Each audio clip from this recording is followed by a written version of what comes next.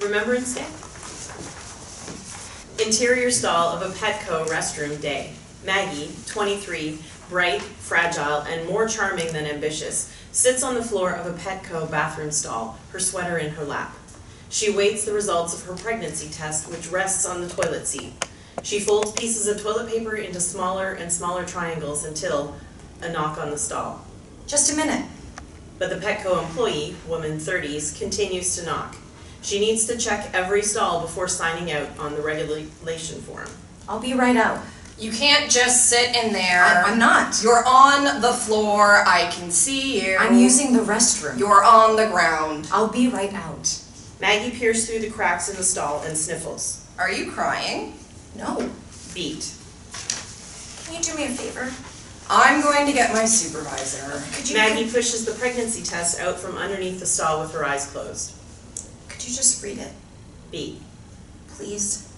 Still nothing. Maggie pushes a $20 bill out from underneath the stall. I'll leave if you do. The Petco employee picks up the money and reads the test.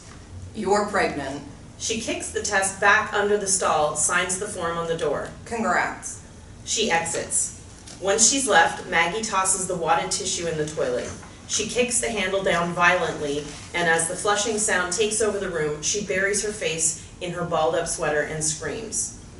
A beat, then Girls Just Want to Have Fun begins to play as we run title sequence and intro montage. Exterior streets of Wickenburg, Arizona day, intro montage. The year is 2035. The place is Wickenburg, Arizona. The camera scans empty, beige streets, buildings smattered with posters toting all sorts of conservative values, strip malls with American flags waving on each corner. On one poster, a mother holds her palm to a baby's chest. The bottom reads, "Honor the Fallen." The mother's face is covered by a spray-painted image of a blue animal. The camera scans past American flags waving on each corner, past a liquor store with a wind chime sounding on the door, past pink and blue celebratory flags that read, "From all of us to all of you, Happy Remembrance Day." The camera scans up a wall of posters and into interior Vixx's house day, where Vixx, 24, ferocious, quick, prone to lying, makes breakfast, flipping the eggs, stirring the coffee. On the counter her phone buzzes. I didn't see you last night. You should have called me. You'll have to make it up to me. I'll come by at 8. Are you seeing these? I'll be there at 8. Vixx checks the messages periodically as she cooks breakfast, but does not respond. She pushes her toast down and eats the eggs out of the pan before the toast is done. While chewing, she peeks outside and spies on the neighbors, a set of young parents and their objectively gorgeous baby. Her toast pops up from the toaster and she jumps. Jesus Christ. She puts the toast in her mouth, too hot, and carries the phone and her coffee to the bathroom. Before she goes, she closes the blinds and the camera scans back down the wall and to exterior montage continuous. A blue pickup truck parked in a Petco parking lot next to a drugstore. Maggie, struggling to carry a cage and bag of feed, stumbles out of the Petco and into the car. The music ends as she slams her door, and we cut to interior Maggie's car day. In the passenger seat, a gerbil chirps away in a cage buckled in next to the bag of feed and some sawdust. Maggie calls Vixx on speakerphone as she drives.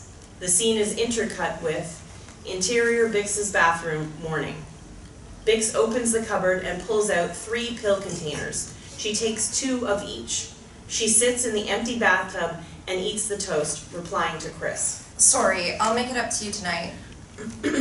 She tosses the phone across the room and it lands on the floor. She sinks deeper into the tub and continues to eat her toast until she is interrupted by a phone call. She groans and crawls out of the tub to retrieve it. Cut to Maggie's car. They speak quickly, a type of communication not bound by politeness. Oh shit, is Rachel's thing today? The engagement party? Sure, I just haven't gotten her anything yet, so it's gonna be an afternoon thing. It's on a Friday, we're Oh, fine. sweet. What's up then? Nothing, just driving. The gerbil squeaks. What's that? She doesn't answer. Hello? Bought a gerbil. No, really. I bought a gerbil, it's in my front seat as we speak. You bought a rodent. A gerbil. Weird. Can I come over? Interior, kindergarten classroom day. Trevor, 24, beaming, motivated, impeccably dressed, though perhaps too controlling, welcomes his students into the classroom. The walls are decorated with crafts and counting tables. The children arrive for class. Good morning, Noah. How's that bellyache doing? Better, Mr. Hanson. Excellent. Love to hear it. More students enter. Son, your dad told me it's your birthday. Are you excited? Sung, 6, painfully shy, smiles and puts her things in her cubby. Trevor sends a text message to Maggie before class begins. It reads, "Did you get something for Rachel and Mark? Love you. Call me." Exterior, Vixx's house day. Maggie stands outside Vixx's house with her gerbil. She knocks on the door with her foot. Come in! I can't, my hands are full. Vixx opens the door. You were serious. Maggie kisses Vixx on the cheek and enters her home. She's very much at ease here. Interior, Vixx's living room day. Maggie sets the gerbil cage on Vixx's coffee table, placing a coaster under each corner. Vixx walks into the kitchen while Maggie settles into the living room. She calls from the kitchen. Do you want something to drink? Yeah, I have coffee, OJ. vodka. Vixx peers through the doorway at Maggie. It's 11:30 in the morning. And? Bold move. Vixx goes to the kitchen and prepares a drink. I'm putting OJ in it since, as aforementioned, it is 11:30 in the morning. Maggie's phone buzzes. She searches for it in her purse and finds the pregnancy test. Shit. Is that Trevor? No, and actually I'll pass on the drink. I'm all set. It's fine, I already made it. Maggie lies under a blanket on the couch while the gerbil squeaks. On the TV behind her, the news plays softly. Sorry.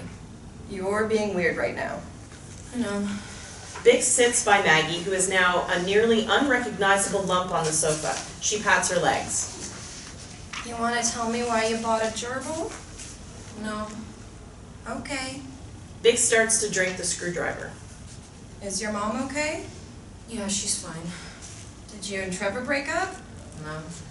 Are you sick? No, Jesus. Okay, well you're not giving me much to work with. I'm pregnant. No. Yes? Aren't you on birth control?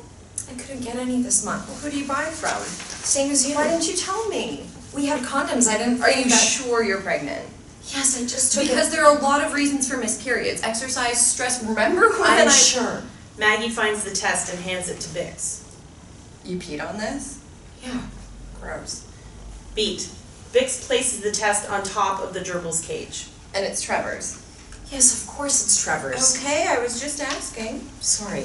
You told anyone? No. Do you want to? Oh. Do you want it? Maggie watches the gerbil spin in its cage. Eventually, she shakes her head no. She begins to cry and leans into Vixx. Hey, that's okay. No, it's not. Yeah, it is. It's okay. Maggie tries to cry softer. We'll take care of it. Exterior, streets of Wickenburg, dusk. An old woman wearing a blue dress sits by a post office drop box. She sings and collects tips in an overturned hat. She has a sign with her name on it, Sally Bowles. A young man, 20s, subtly drops an envelope in her hat without making eye contact. The woman picks it up, notices the blue drawn elephant on the front. She pockets it separately and continues to sing. Chris, 30, muscular, stark-faced, poorly shaven, wearing a hideous baseball cap, passes the woman and drops some spare change in her hat. He spits on the curb outside a pool hall before entering. Interior, pool hall, dusk. Chris enters the pool hall and buys a bourbon from a bartender, 30s. On a TV screen towards the back, the news covers a Remembrance Day parade in Times Square. Dancers, puppets, floats, the works. Did you put on the game? The bartender looks up, shakes his head. Sorry, man. Boss's orders. Chris watches for a moment, but is uninterested. He takes a swig and goes to play pool. Interior, the girl's bedroom, evening. A girl, 15, applies lipstick at her vanity. She wears a white dress and ballet slippers. Downstairs, adults chatter over dinner while soft music plays. In her room, the girl plays hip-hop and hums along. She looks ready for a party aside from the long stripe of dried blood along her sternum. Not blood from a wound, but rather an intentional swipe left by someone else. Lila, could you pick up some dessert from the market? The girl groans and smacks her lip gloss. She puckers in the mirror before heading downstairs. Interior, Trevor's house, evening. Maggie sits at the dining room table eating leftovers from a Tupperware. Trevor enters from the front door. Is that? No, it can't be. Hi. Trevor, committing to the bit, stumbles over his things to get to her. Maggie, I'm such a fan. Could I just get a quick? He leans in to kiss her. That bit doesn't make sense when you're coming into your own house. I don't know, I think it's pretty clever. He kisses her again and goes to put the groceries away. How was work? Revolutionary, inspiring, transformative. Great. Maggie continues to eat her dinner. Trevor notices. Sorry, I didn't wait. He continues putting the things away. Did you get that present for the party? Not yet. It's on Friday. I know. Trevor eyes her, ready to pick a fight, but smiles instead. Okie dokie. Exterior, streets of Wickenburg, night. A girl, 15, the same girl from her room, walks home along a suburban street. She walks quickly, her head down, her keys tucked between her fingers. She carries a shopping bag on her shoulder with a carton of milk and a pie. She hums quietly to herself. She passes a group of teenage boys smoking under a tree. One of them whistles at her. She doesn't engage. He makes a vulgar gesture. As she rounds a corner, a cop car pulls up behind her. She breathes heavily. The car pulls over and a cop, late 30s, steps out. Excuse me, ma'am. The girl stops. Do you know what time it is? Just before 10? Do you have your ID on you? No, sir. I just stepped out for groceries. It's nearly 10. Yes, sir. I'll need to check your chip. I live just around the corner. My dad knows I'm... The cop advances on her. She is frozen. I'll need you to cooperate, ma'am. He pulls a metal reader from his pocket swiftly and grabs the back of her head with one hand. Holding her head steady, he raises the reader to the side of her neck. It clicks. He lingers with his fingers in her thick hair, breathes into her ear. You must be worried. Pretty girl like yourself, out so close to curfew. The girl is entirely still. The cop notices the boys making noise down the street, but ignores them. The cop checks the reader. First offense. But it's before 10, sir. What was that? It's before 10? I can make it home by 10. Oh, I'm sorry. I must have misread the reader. Second offense. He touches her shoulder. You get home safe now, honey. The cop squeezes her shoulder and gets back in his car, pulling away. The girl is frozen again for a moment. She waits until the cop car is pulled off entirely before moving swiftly toward home. Interior, Vixx's bedroom, evening. Vixx is lying in bed when she hears the door open. She hurries to tidy herself and the room. Where are you? I'm in the bedroom. Chris enters the bedroom. He wears thick, dark boots. Vixx is propped up on some pillows, barely dressed. You didn't answer the door. I thought it'd be more fun to have you find me. It wasn't. Chris sits at the edge of the bed and takes his shoes off. He puts his wallet and phone on the bedside table. He moves with assertion, all angles and coldness. How was your day? I don't want to talk. Fine. Chris crawls on top of Vixx in the bed, who remains still. You smell like whiskey. I said I don't want to talk. Vixx is silent. He climbs on top of her. Show me how sorry you are, Pixie. You said you didn't want to talk. He pulls her hair tighter. I said show me. He undresses her to reveal a small tattoo on her chest, a pair of blue tusks. The camera lingers on the image only briefly before pulling away to scan the room. A glass of water on the bedside table, Chris's belt and wallet, the soft lights from the windows of suburbia. Vixx is silent. She is elsewhere. Interior, Trevor's bedroom, night. Trevor sits up in the bed, grading papers for school. The room is immaculate. From the bathroom, Maggie emerges in a nightgown with her hair up. He smiles at her. She crawls into bed and curls under his arm, looking at his papers. What are the kids up to this week? Trevor pulls a paper from behind the stack. It is a child's drawing of a flower with a name in the middle, and various hobbies and activities written in each petal. Personality flowers. Maggie admires the drawings. They're sweet. He notes one flower petal in particular that reads, "I like to do meth," surrounded by various poorly drawn division and multiplication symbols. I feel like I should talk to Ben, though. Maggie smiles. Trevor puts the papers away and holds her. He kisses her forehead. Maggie rests her head on his chest, but doesn't meet his eye. You know what? What? I'm the luckiest guy in the world. Maggie is put off by the sweetness. She gives him a half-hearted smile and sits up on her side of the bed. He notices but says nothing. Interior, Vixx's bedroom, night. Chris is asleep next to Vixx, who lays awake. She stares at his wallet. Finally, she gets up and begins to dress. Where are you going? I'm peeing and getting a beer. That all right? Chris rolls over. Bring me one. Vixx wanders to the bathroom and pees. There are still crumbs in the tub. She goes to the medicine cabinet and grabs a bottle of sleeping pills. She takes one out silently and hides it in her bra before heading to the kitchen. Interior, Vixx's kitchen, night. Vixx cracks a beer and begins to drink it.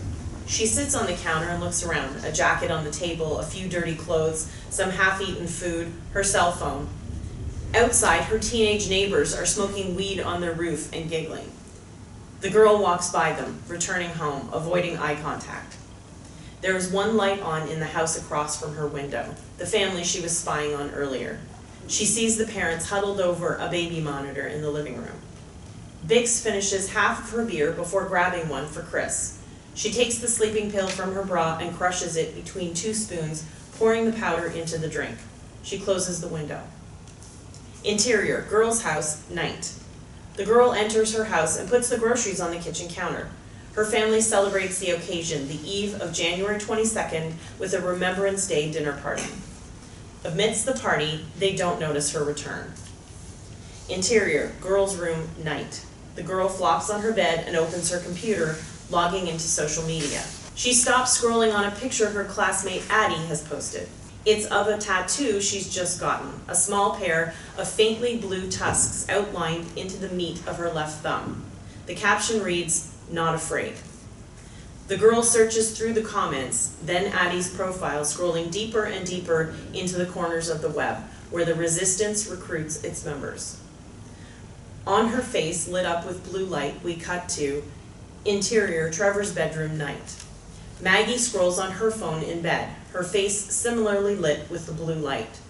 Trevor sleeps beside her. News coverage plays softly on the TV. The news anchors offer their favorite barbecue recipes for Remembrance Day. Maggie reads the chyron on the bottom of the screen. Potential terrorist cell in Phoenix broken up by DHS. She turns off the TV and gets out of bed. Maggie kneels to pray at the side of the bed. She looks uncomfortable doing so. She walks to Trevor's side of the bed and tidies his papers. She kisses his head. I'm sorry. She turns off the light and the TV and leaves for the kitchen. Interior, Vixx's bedroom, night. Vixx places Chris's beer on the bedside table. I only have IPAs. Chris rolls over and takes a few hefty gulps before turning back to Vixx. He pulls at her shirt and tries to kiss her. I don't want to.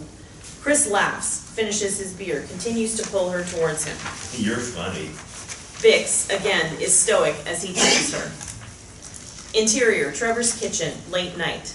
Maggie sits at the table trying and failing to eat quietly out of a bag of chips. She peers outside the window. There are a few families celebrating on their stoops with sparklers glowing pink and blue. She returns to the table and eats.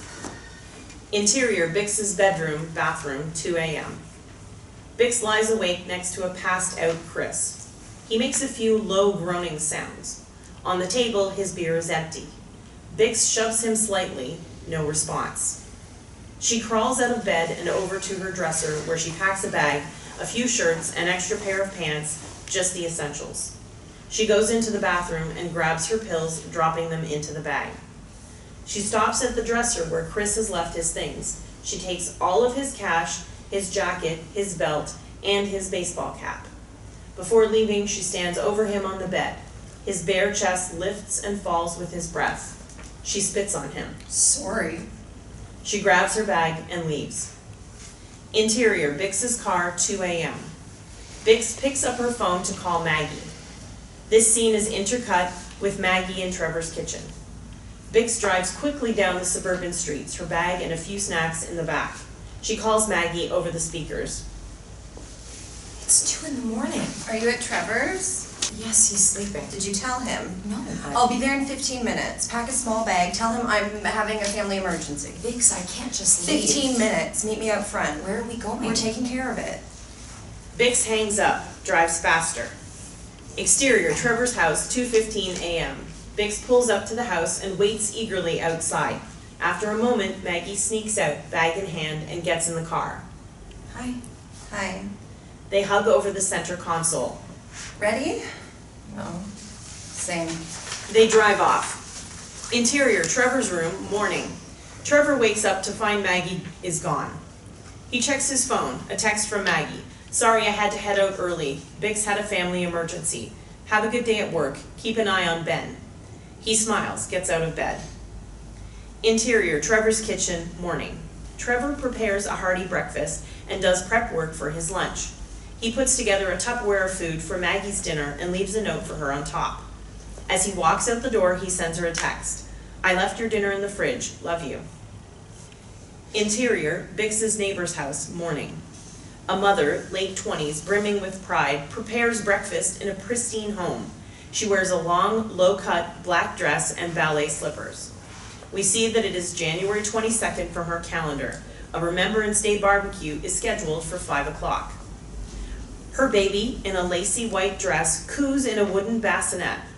The mother tickles the baby's belly and makes loving, soft sounds at her. Then the mother places a cup of coffee, a small plate, a hand towel, and a paring knife on the coffee table by the bassinet. She takes a sip of coffee and rocks the baby in her bassinet.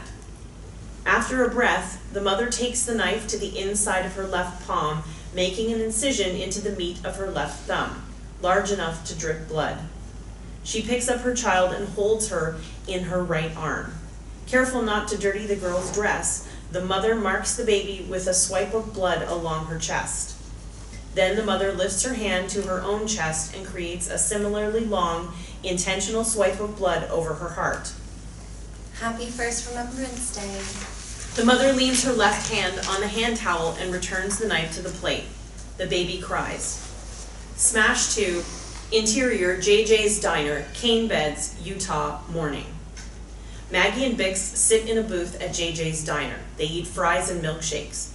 Vixx constructs a sort of tower out of the potatoes. Maggie's eyes are stuck to the news coverage playing in the background. From all of us here at Grace News, I'd like to wish you a very happy Remembrance Day.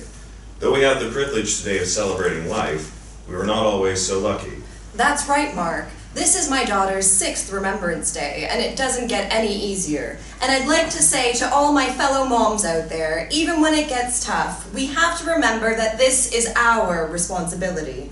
It is our duty to own our mistake, to teach our children about our mistake, and to atone for our mistake for as long as we may live. Well said, Linda. Now, let's fire up those grills. The news anchors laugh. Let's check in with Rick over in the Weather Center. Rick, does it look like it's going to be a cold one today? It sure does, Mark. Vixx breaks Maggie's trance by throwing a fry at her. She gives a smile that is not enough, but will have to do. Poor timing. Where are we going? Joshua Tree. No, really. Vixx continues eating. You're serious? It's the only spot I know. There are others around. I'll do the driving.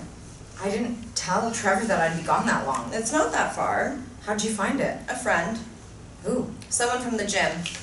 She went? I guess so. Who from the gym? You don't know her. I know all your friends. We aren't that close. Then why'd she tell you? Vixx eats a fry. I thought I might need to go. Beat. This is news to Maggie. When? A while ago. I didn't. It's not important. Besides, it's just good to know stuff. You know? A bubbly waitress, 17, comes up to the table. Can I get you ladies anything else? No, we're all set. Okie dokie. She lingers. The news continues in the background, now covering what appears to be some sort of protest, a pro-choice rally of sorts at the White House. Can you believe there are people protesting today? I mean, can you even imagine? Vixx and Maggie eye one another secretly. It's a wild world. The waitress lingers, watching the protest on the screen. We'll take the check when you get a chance. Oh my gosh, of course. I got so distracted. You got it. Happy Remembrance Day. She leaves. Maggie and Vixx wait to confirm her exit. You didn't tell me? Vixx slurps down her milkshake. It was a false alarm. Maggie doesn't pry. The waitress returns with the check. Vixx reaches for her wallet. Maggie is again transfixed with the news. Montage, road trip, day. Before they zip off, Vixx puts on the hat and jacket she stole from Chris. How do I look? Manage. Good. They head off. Vixx looks at herself in the rear view. Kinda hot though, right? Maggie and Vixx drive through the California desert, halfway between Wickenburg and Joshua Tree. They listen to bad pop music or skip through the Jesus music on the radio.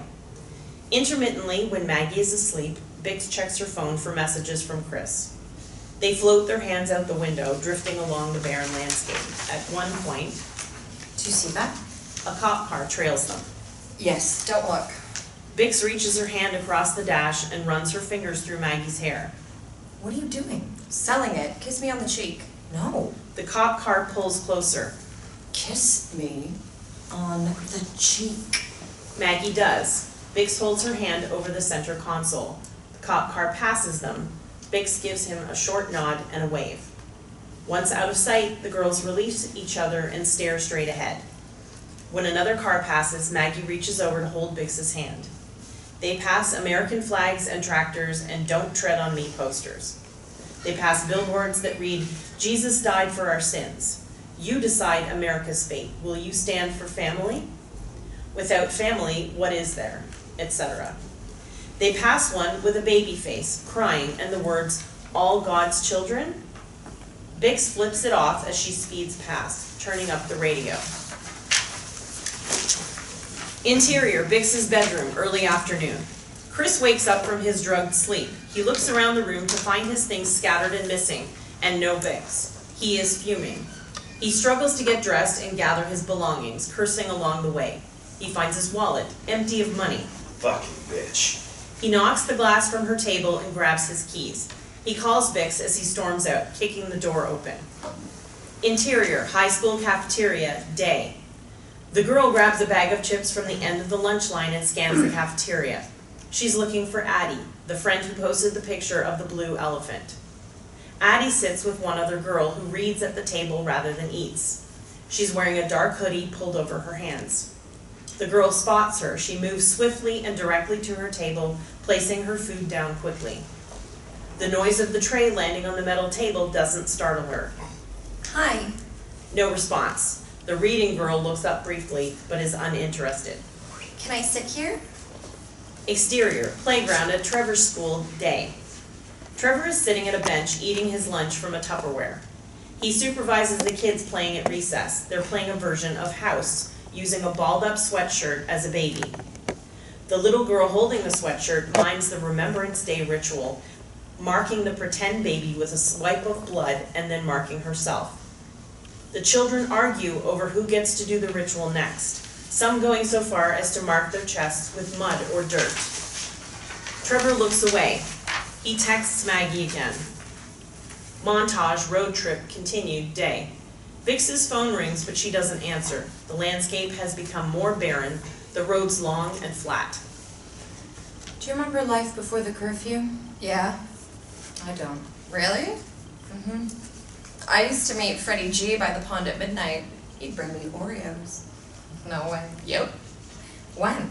I don't know, maybe 4th grade? Did you kiss? No, we just ate Oreos and swam sometimes. Maggie's phone vibrates in the back. Sounds nice. Vixx smiles. It was nice. Hey, who's taking care of your gerbil? Oh, fuck. The desert whirls by behind them. Interior, gas station, day. Vixx walks through the aisles of snacks and single-use shampoos at the gas station while the car fills. Maggie waits in the passenger seat. She settles on a few bars and goes to ring them up. The clerk, male, 16, eyes Vixx in the aisle and Maggie in the car.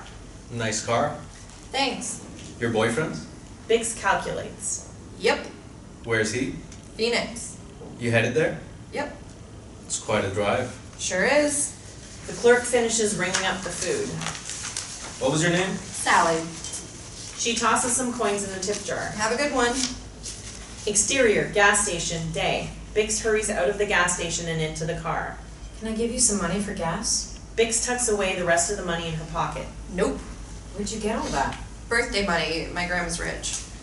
Maggie's phone buzzes again. She grabs a bar. They drive off. Interior gas station day. The clerk watches Vixx and Maggie drive off in the opposite direction of Phoenix. He hustles to the door to catch their license plate number. He writes it down on a receipt. Sally, NJT82F, not going to Phoenix. Interior cell phone store day. Chris storms through the chiming doors at an AT&T store or the equivalent. He's looking noticeably disheveled. He rings the bell at the counter too many times. An AT&T employee, male, 40s, rounds the corner. How can I help you? I need to track her phone, Beatrix Walls. Are you the primary owner of this account? No, but I have access. We generally ask that the primary owner request tracking. I have access to the account. Check the file. Chris Peters. The employee types in his information. Relation? Partner. The employee takes in Chris's demeanor. Chris passes his ID over. He checks it. He does have access. I apologize for the inconvenience. Chris pockets his ID. How would you like the location shared with you? Interior, Vixx's car, day. Maggie's phone buzzes on the dash as Vixx drives. Is that Trevor? Yeah. Did you ask him to take care of the gerbil? Shit. Maggie picks up her phone and reads the text. Hey, worried about you. Call when you can. Give Vixx a hug for me. Should I call him? Probably. Maggie reluctantly does. Vixx coaches her through the conversation. Intercut with exterior playground at Trevor's school, day. Hey, how are you? Where are you? Trevor searches for a quieter spot on the playground. The kids playing house continue to mime the Remembrance Day ritual. Good, we're fine. Listen, I have a weird favor to ask you. Are you with Vixx? I need you to feed my gerbil. It's in my house. It's on the Sorry, I can't hear you that well. Did you... I need you to go to my house and feed my gerbil. I bought a gerbil. It's on the kitchen table. Did you just say you bought a gerbil? Yes, the other day. Over their conversation, Vixx mimes to Maggie, trying to get her to say that the gerbil was a gift. Maggie catches her eye. I got it for you. That's not what Vixx meant. She continues to mime her point across.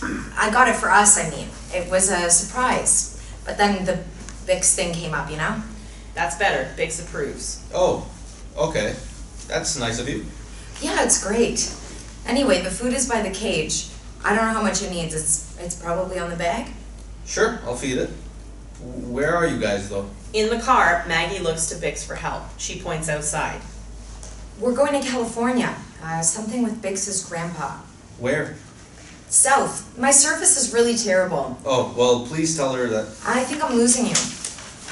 Okay, just please give me a call when you can, okay? Maggie hangs up quickly.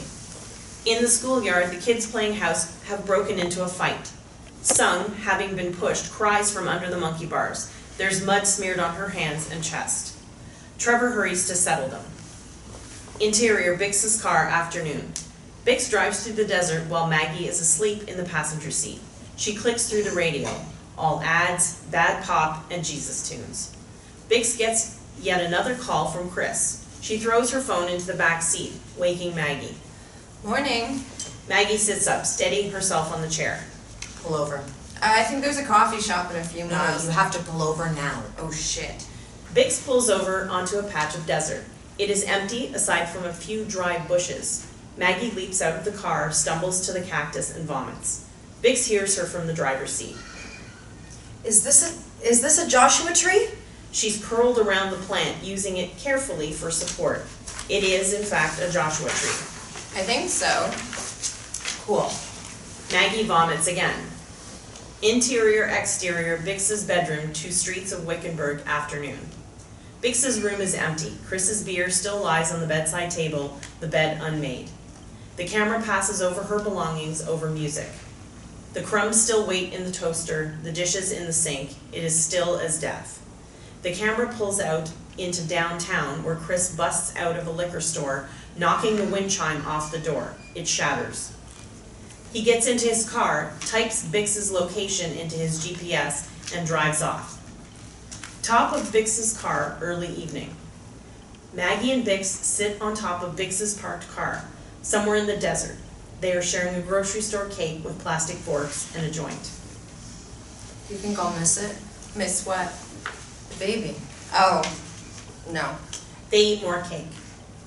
Are you sure? No, but you never met it, or him, or her, or whatever. It. They look at the stars past the joint. I had a dream that I did though. That you met it? Yeah, I was holding it, wading in this big river, and I walked deeper and deeper into the river until I had to hold it up over my head so it could breathe. And I just looked at it from under the water and I thought, wow, it has such small feet and such wrinkly skin, like an old peach. And then I remember thinking, oh no, it's hideous. It's hideous and I'm drowning and soon we're both gonna die. That's wild. Yeah. Did you drown? No, I woke up. You can't die in your dreams or you die in real life. That's bullshit. No, it's real. I die in my dreams all the time. Really? I mean, sort of. You can't sort of die. It's a do or do not kind of thing. I don't know. Like, you suffer. Kinda. It must be because if you died, you'd be dead, you know? I guess. That sucks, though. It's fine. Beat, Maggie starts giggling. What? I don't know where we're going. Joshua tree.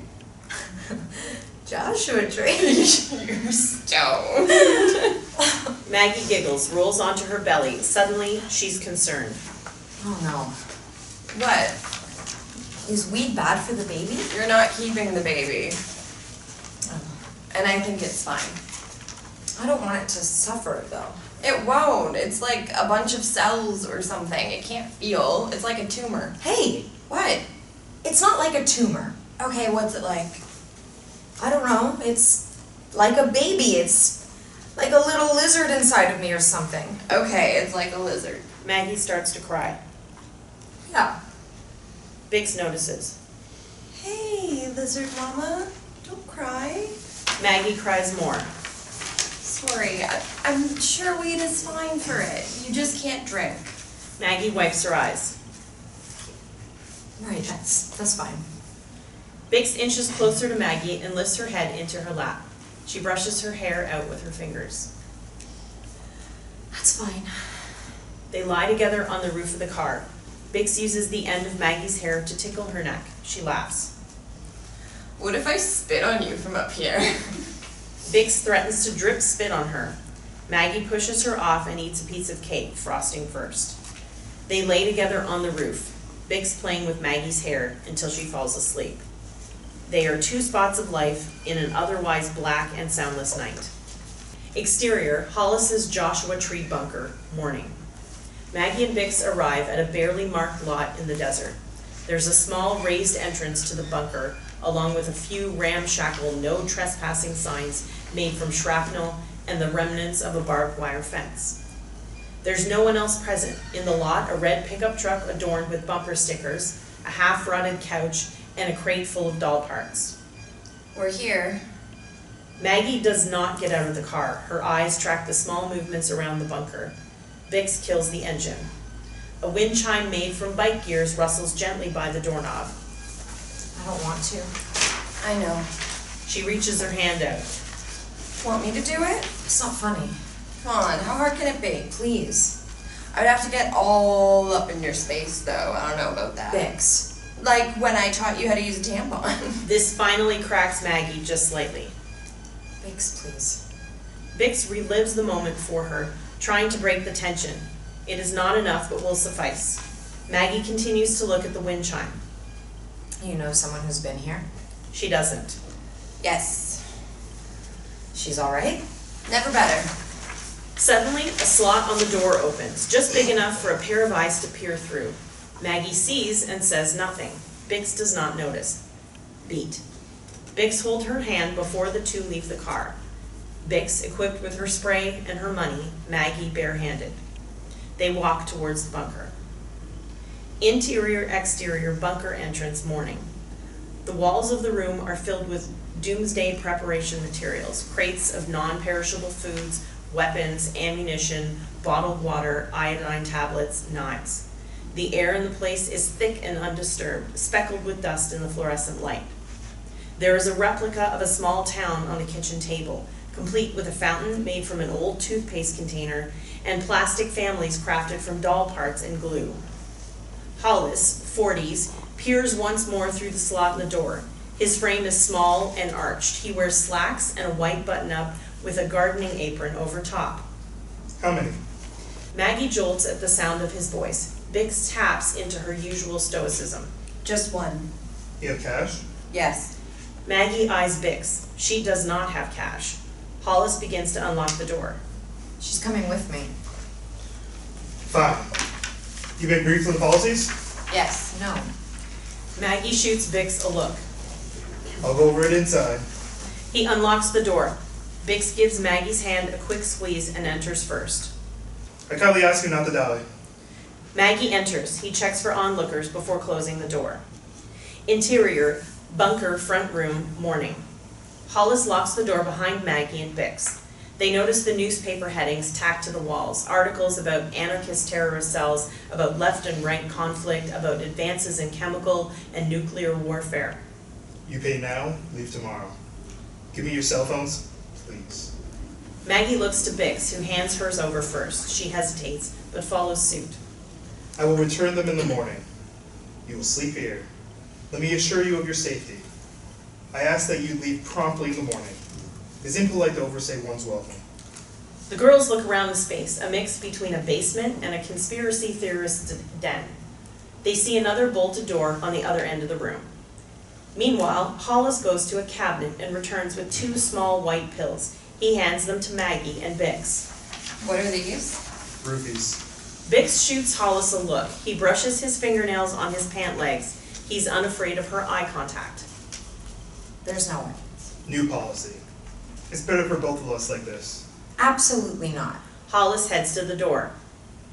You can go then. B. Maggie and Vixx remain. It is a customary security precaution for most of us. B. I do not wish to do anything to you other than the procedure, if that is the concern. Vixx takes the pill from Maggie and swallows it quickly, giving Holace another sharp glance. He seems to reassure her. Fuck. She takes the pill. Thank you. Holace returns from the front door. He makes his way to another bolted door and opens it, revealing a staircase. It's for you. Yes. I will meet you in the 3rd room on the right. There will be a robe on the table. You may leave your clothes by the sink. Your friend will wait in the next room. Shouldn't be more than an hour. Do you have any questions? What is all this stuff? Preparations. For what? Holace admires his face. Vixx eyes the replica town on the table. Holace checks the clock before answering the question, monitoring when the drugs will kick in. These are preemptive measures for the inevitable rupture. As I'm sure you can agree, things simply cannot go on the way they have been. I intend to be prepared for the physical aftermath of the uprising. Maggie picks up what looks like a zine from the coffee table, a document with strategies and maps, markings she can't identify, chemical equations, and obscure grocery lists. Holace takes it from her. Please do not touch. Maggie freezes. Vixx continues to look at the space. I need to use the bathroom. All in due time. He stands in the doorway leading downstairs. Who is handling payment? I am. She gathers the remaining $300 from her purse and hands it to him. He counts it, pockets it, and gestures for them to follow him down the stairs. Vixx takes a final inventory of the front room, the bolts, the various cardboard boxes labeled with masking tape, the magazine. She catches a title, The Return, as they descend. So, where are you guys from? Interior, Maggie's house, morning. Trevor reads the instructions on the back of the gerbil feed bag. The gerbil squeaks on the kitchen table. He struggles to refill and reattach the drinking bottle on the side of the cage and pours a handful of pellets between the cracks at the top. His phone rings. Hello? It is Maggie's mother asking him when they are planning on coming to Rachel's party that day. He clearly has not forgotten. Yes, hi Mrs. Briggs. No, we haven't forgotten. Maggie's just grabbing her jacket now. She continues, the gerbil squeaks. She must have misplaced it. I know. Okay, yes. I'll definitely let her know. Beat. Trevor attempts to pour fresh sawdust into the cage without opening it, but instead dumps a hefty portion onto the floor and the gerbil. He tries to tidy it, holding the phone on his shoulder. Likewise, and thank you for inviting me. It means a lot to me to be She hangs up on him. included. He puts his phone down and looks to the sawdust on the floor and the gerbil squeaking relentlessly in its cage. Interior, bunker basement, operating room, day. The room is windowless and shining with sheet metal. In the center, there is an operating table and a small cupboard with medical tools. On the other side, a sink, a landline phone, and a fake potted plant. Maggie folds her clothes and places them by the sink, having already changed into her robe. She steps gingerly, barefoot, on the cold tile and takes in the surroundings as if they were somehow drifting away. She sits on the table and leans her head against the wall. We see her as we met her. From outside, she can hear Holace walking Vixx to the next room. Interior, bunker, basement, hallway, Holace's room, day. Holace walks Vixx to his room. There are magazine cutouts taped to the walls of the hallway, recipes from town and country, old ads for cigarettes, pretty girls sipping tea or riding horses. They dizzy Vixx as the pills set in. Holace opens the door to what will be Vixx's waiting room, in actuality, Holace's bedroom. You will wait in here. In the room, there's a lamp, a cot, a small bedside table, a toaster, and the rustic ingredients one might find in a dorm kitchen. He stands holding the door open as Vixx enters. She lingers in the doorway. How long will it be? Not more than a few hours. Vixx remains in the doorway. Holace waits for her to back into the room so he can lock the door. Don't you trust me, Holace? Holace checks the clock, monitoring when the drugs will set in. He releases the door and exits. Vixx jams the door with a pen so it doesn't lock. Things are getting woozy. She throws a piece of bread in the toaster, props herself onto the counter, and listens through the wall. Interior, bunker basement, operation room, day. Holace enters the room to find Maggie sitting on the table. Found everything all right? Yes. Holace washes his hands and prepares his tools beside the table. He hums folk tunes. From a cupboard, he pulls out a handle of vodka. He pours some on a rag with which to clean the tools. Then he pours a tall glass and offers it to Maggie. This is the best I can do. She takes it but does not drink. Your call. Holace pulls a curtain on the standout from the hallway and sets it up to cover Maggie's lower half.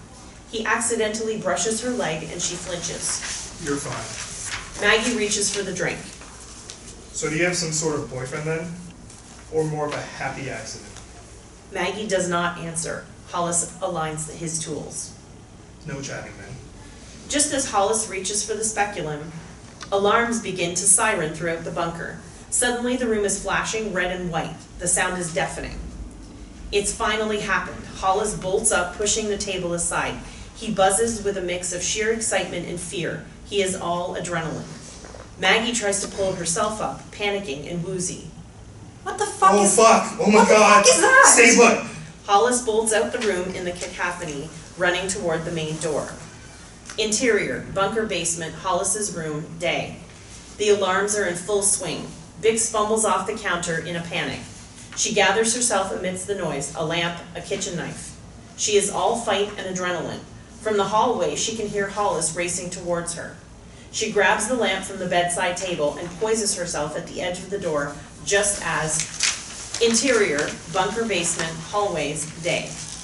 Holace runs through the hallway. In the sirens, we hear Maggie fumbling in the operating room. We see crashing and shattering in flashes of red. As Holace passes the kitchen, Vixx comes flying out of the doorway. This might be it. Suddenly, it is the only option. She hurls the lamp towards him and makes it. Holace screams and falls to the ground, smashing his skull against the bottom stair of the staircase. Vixx is shaking. The alarms blare on, troubling the already elusive surroundings. She's getting dizzier. From the operating room, Maggie cries for Vixx. Vixx is frozen, staring at Holace. He is out and bleeding onto the floor. The sound rises into a blurred horror as the lights blare on and off Vixx's face. In the background, Maggie emerges from her room. She screams as she sees Holace. The girls stand over Holace as he bleeds. They lock eyes in the chaos. The noise begins to fade into a drone as we follow past them back into the room Vixx was in, where the bed lies unmade and the toaster pops up a piece of bread.